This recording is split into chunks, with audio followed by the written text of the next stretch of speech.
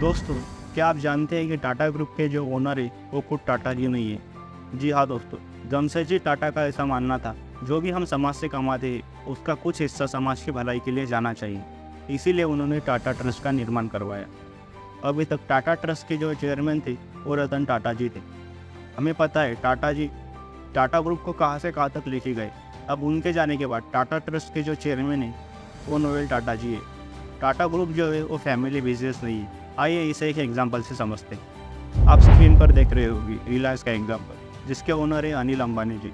अनिल अंबानी जी के पास लगभग 56% जो शेयर होल्डिंग है वो उनके पास है। इसका मतलब क्या है, रिलायंस कंपनी जो भी प्रॉफिट कमाएंगी उसका अनिल अंबानी जो चाहे वो कर सकते हैं, लेकिन टाटा ग्रुप का वैसा नहीं है। जैसे रिलायंस एक फैमिली बिजनेस है, वैसे टाटा ग्रुप एक फैमिली बिजनेस नहीं है। आप स्क्रीन पर देख सकते हैं टाटा ग्रुप के जो ओनर है वो है टाटा ट्रस्ट। टाटा ट्रस्ट के पास 66% शेयर होल्डिंग है। इसका मतलब क्या है, इसे एक एग्जाम्पल से समझते हैं। मान लीजिए कि टाटा ग्रुप ने 100 करोड़ रुपए का प्रॉफिट कमाया। जो 100 करोड़ है उसमें से जो 66 करोड़ है वो टाटा ट्रस्ट के पास जाएंगे।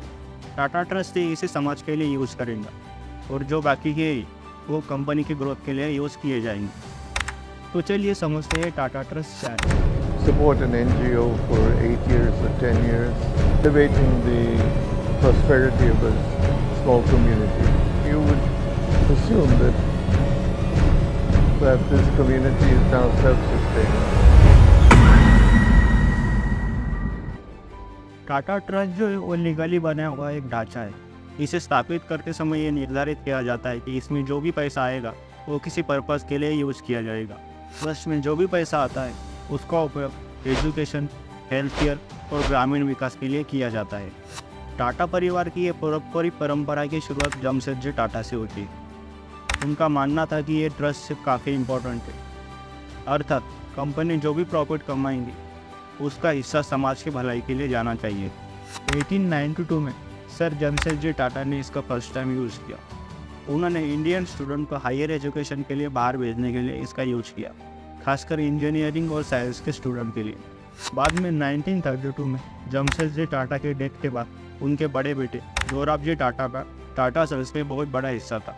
उन्होंने वो भी दान कर दिया, जिससे Indian institute of social science की स्थापना हुई, जो कि बेंगलुरु में है। ये एक इम्पॉर्टेंट साइंटिफिक रिसर्च इंस्टीट्यूट बना।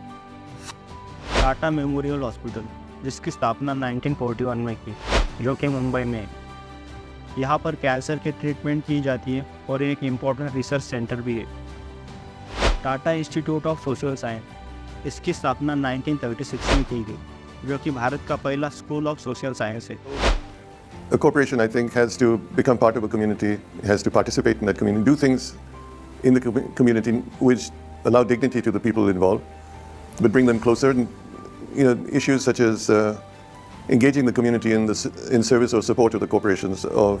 It's just as an example, creating an activity which might stitch uniforms for the employees, or make lunch boxes for the canteen or the cafeteria, or create skills.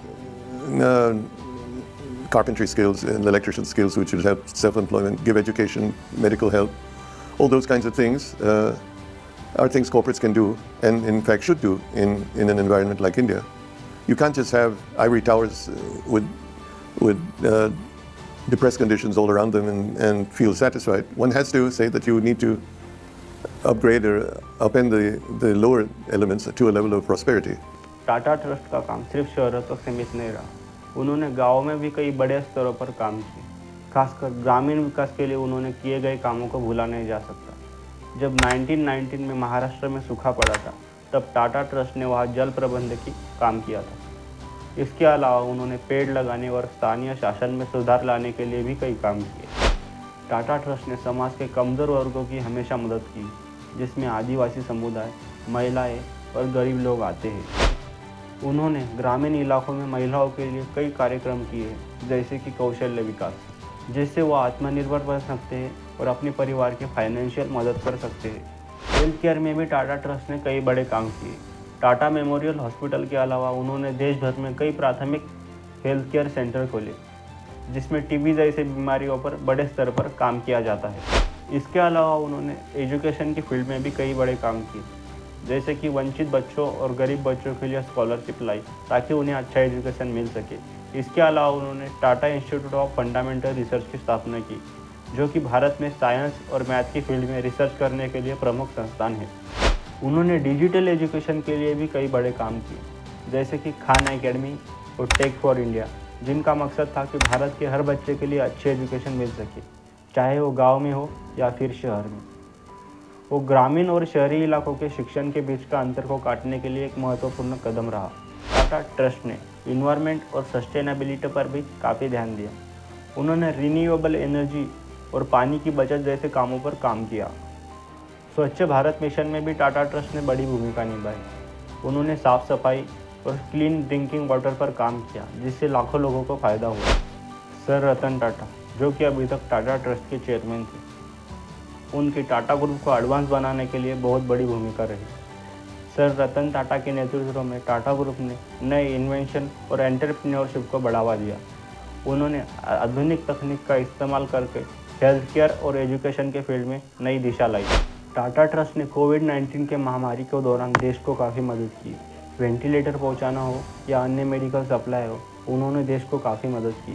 इसके अलावा उन्होंने किसानों की आय बढ़ाने के लिए काफ़ी काम किया। ऑर्गेनिक फार्मिंग और सस्टेनेबल एग्रीकल्चर को उन्होंने बढ़ावा दिया। Elevating the prosperity of a small community.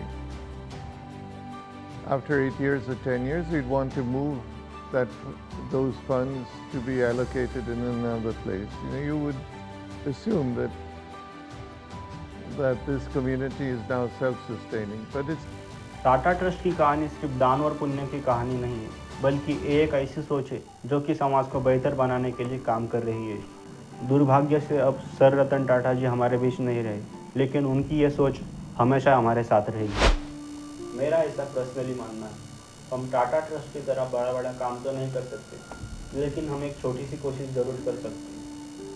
जैसे टाटा ट्रस्ट में टाटा ग्रुप का 66% शेयर होल्डिंग है, वो समाज के लिए यूज़ होता है।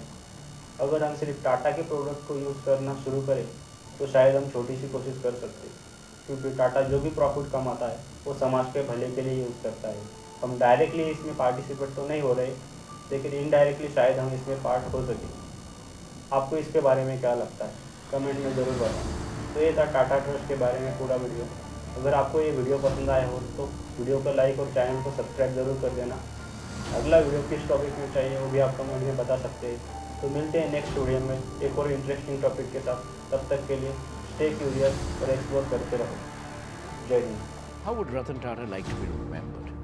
very quickly, what I said earlier, I'd like to be remembered as a person who made a difference. Not anything more, not anything less.